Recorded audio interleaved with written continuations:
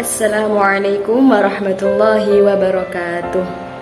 Hai teman-teman, seringkali kita merasa harus mengejar segala pencapaian, entah itu karir, entah itu materi, ataupun status sosial, demi sebuah label kesuksesan. Dan nilai kesuksesan tersebut sayangnya diukur dengan standar hidup orang lain.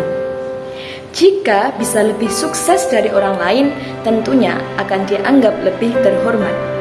Untuk itulah, kita selalu merasa tidak cukup hanya berjalan, tetapi harus berlari supaya tidak ketinggalan.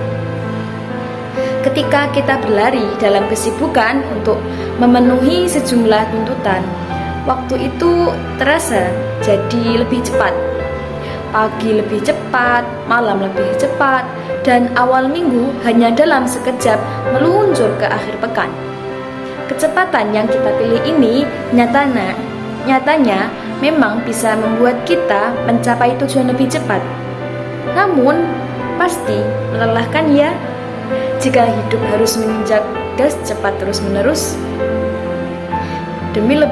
Demi label kesuksesan yang dicapai lebih cepat, kita justru menjadi orang yang miskin waktu dan memiliki kebahagiaan yang tidak menentu. Belum lagi jika kesehatan terganggu karena mesin dalam tubuh terus dipacu. Apakah ini memang hidup yang kita mau? Apakah kita sanggup?